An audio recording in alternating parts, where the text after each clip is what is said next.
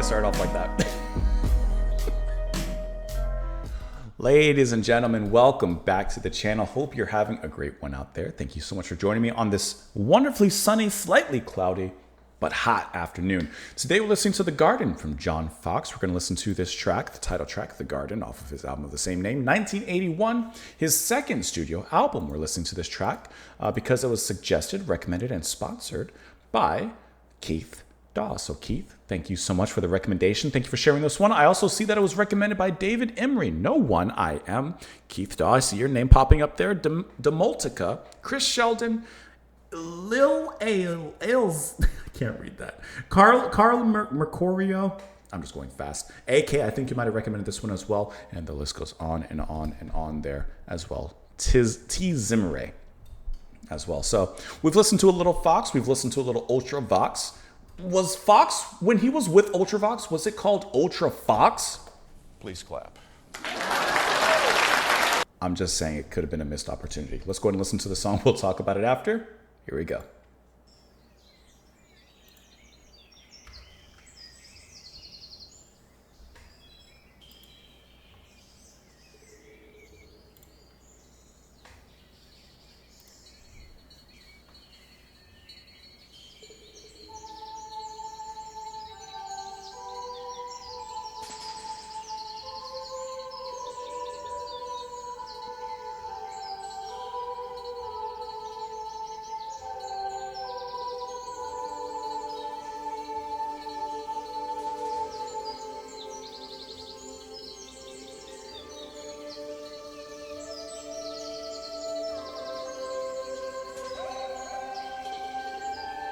We've been sleeping in the garden. There's a drum in the back of the snare.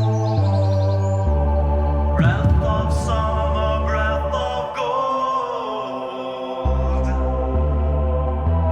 As we turn against the sweep of hills, the skies are aglow.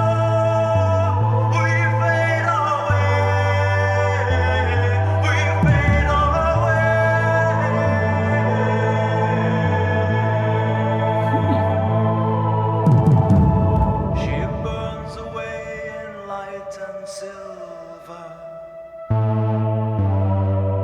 That is really cool.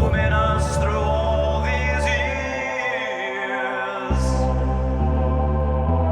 Every gesture filled with longings. I still feel we fade away. We fade away. We fade away. That's really good.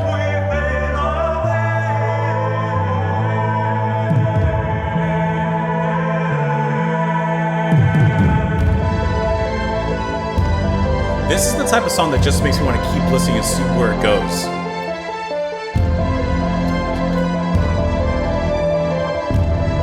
It's a very unique atmosphere.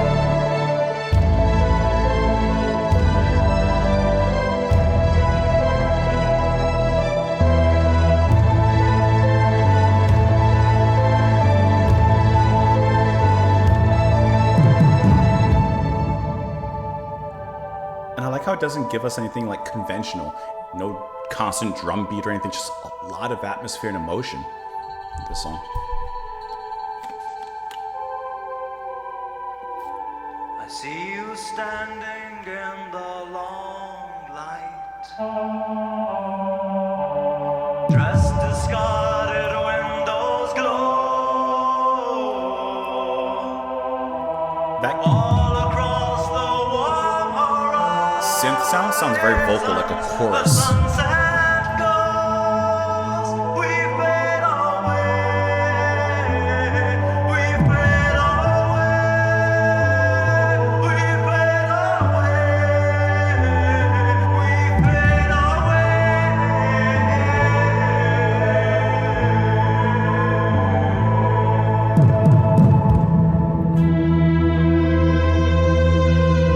It's like some sort of like cosmic church kind of hymn.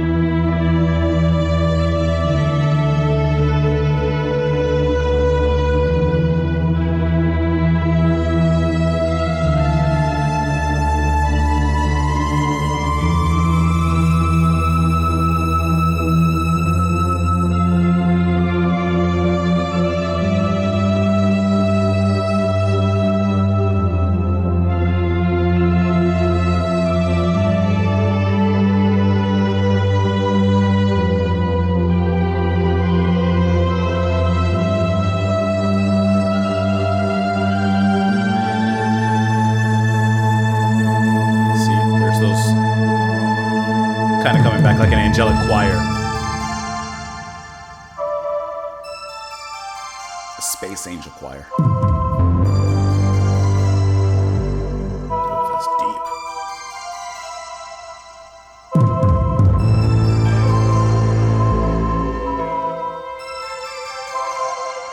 It's like a guitar.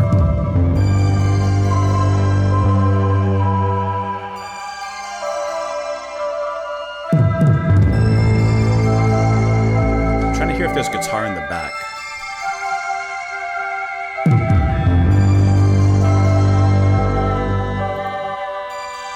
Or violin.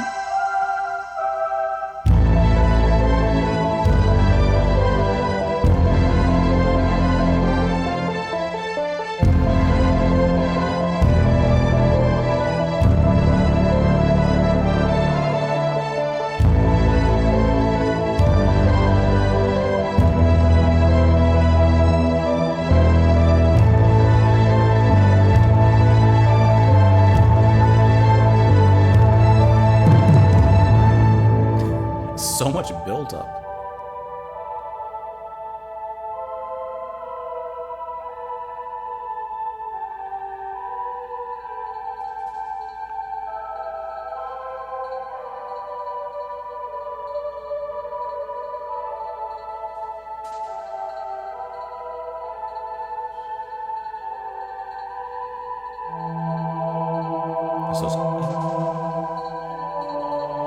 Right? It's like a cosmic choir.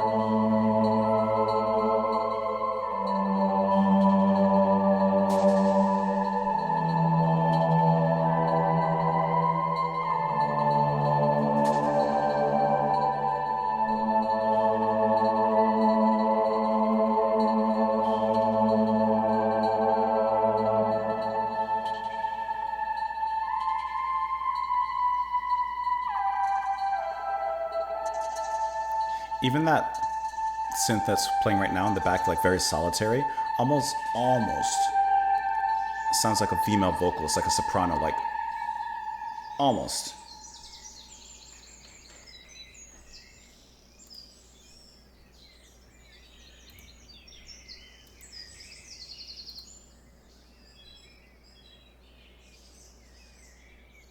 We're left in the garden.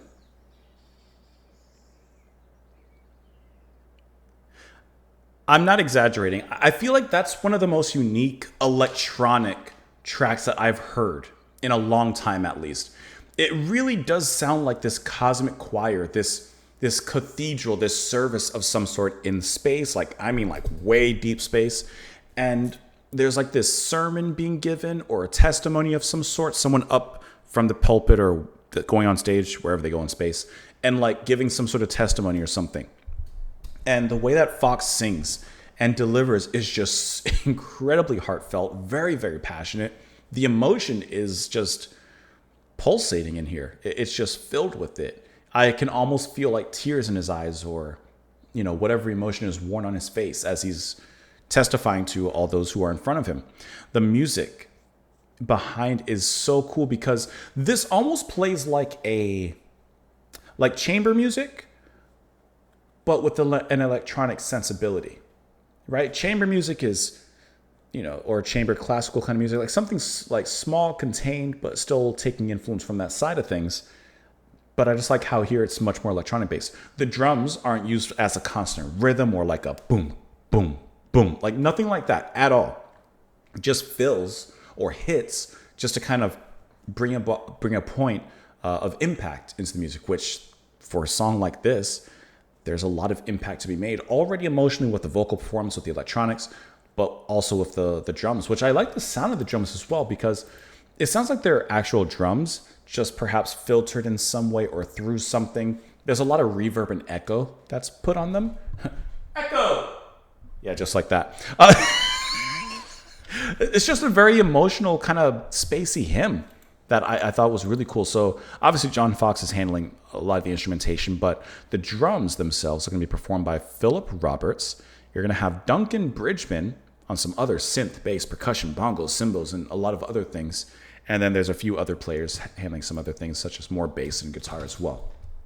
But this track, I'm assuming Don't quote me. I'm assuming that this track is probably primarily John Foxx himself, just based on what was being played. I like the synth that kind of has that vocal kind of sound to it as well. It almost sounds like, a choir in the back that, oh, oh, just put a little bit more layer into it and some more, spaciness to it. I think that's really cool. The sweeping synth that sounds kind of violin-esque, but also kind of like a female soprano. I mentioned at the end. It's also a track that just is very unpredictable, I feel. It almost reminds me a little bit of like Dead Can Dance in that kind of classical-esque chamber music approach. Like I said, just here, more electronic. And there's not even a lot of lyrics here, so what's being said is important. This is a 7-minute track, and there's not a lot of lyrics, or at least not as many as you would expect for a 7-minute track. We've been sleeping in the garden, breath of summer, breath of gold. As we turn against the sweep of hills, the sky's aglow. We fade away. She burns away in light and silver, luminous through all these years. Every gesture filled with longings, I still feel we fade away. So no matter what you do, he's still feeling that they're fading away. He says every gesture filled with longings. Like there's a longing, but at the same time, it doesn't matter. Still fading away. I see you standing in the long light, dress discarded, windows glow. All across the wild horizons, the sunset goes, we fade away. Of course, sunset always means an ending, or at least a change from light into dark. So of course, this, they're fading away. So this garden is not growing. As a matter of fact, it's decaying. Now the question is, what does all this represent? What is the garden? Who is he referencing when he says she? You could, of course, go the typical relationship route, which is possible, of course, or it could be something completely different. Or it could just be about sunset. Maybe sunset in a garden. We've been sleeping in the garden, breath of summer, breath of gold. Or could I take a shot in the dark here? Could it be an Adam and Eve story? Like we've been sleeping in the garden, we turn against the sweep of hills, we fade away. Like it could be something like that. We fade away. Now death and sin and all that good stuff. I don't know. I'm just throwing those out there. Looking at the Wikipedia article rather for the whole album. I'm just curious to see if there's anything maybe about this track or maybe about some of the, information on it, influence. It says the sound and subject matter of the garden were informed by a number of factors: the composer's Catholic upbringing, and early exposure to Latin Mass and Gregorian chant. That actually is pretty much exactly what I'm hearing with that oh kind of in the back with those synths. His exploration of England's countryside, architecture, and history following the release of the previous album. And the song Systems of Romance, which had been written during sessions for the Ultravox album of the same name, but was not included on the album. Okay, see, Robin Simon also played on System of Romance. Regarding the album's title and influence, he says, the gardens seem to be a pretty good metaphor because I found a lot of gardens that were overgrown and ruined, and a lot of very grand buildings that were almost decaying. But I found them a lot more beautiful than they were in their original state, being overgrown. Which I definitely can attest to, because when you see like a stone structure, especially an old stone structure, and it's overgrown, you have all the moss that's on it, you have all the plantation that's been overgrown on it. There is something really beautiful about that. I would completely agree. Let's see. I haven't heard that track. I'm just going to see if there's anything about the final track here. 2 songs that reflected the influence of the church music and prayer were Pater Noster and the final track. The former was played entirely by Foxx, the Lord's Prayer sung in Latin. The latter was a manifestation of the inspiration Foxx took from rural England and the cathedral architecture. Musically, it bore some resemblance to the final track on Systems of Romance. Just for a moment. I can definitely hear that. This was a really cool track, and seeing that it's the final track on the album, it is a really, really emotional conclusion and nice, I'm imagining, kind of summary to the album and everything, because just based off the emotion that's played. that was really good. I enjoyed that a lot. Thank you so much for the recommendation. I appreciate that, Keith, for the support and for suggesting this one, and of course, everyone else. Thank you so much for being here. Let me know your thoughts in the comments down below. Hope you enjoy the rest of your day. Take a walk in the garden. I wish I could have a garden. You know what I'd want even more than a garden? I'd love to have an apiary. I'd love to have some bees. I really want a goat. I'd love to have a goat. But I don't think I'm allowed to have a goat here. Anyways, have a great day, guys. I will talk to you later. Bye. I would name him Black Phillip.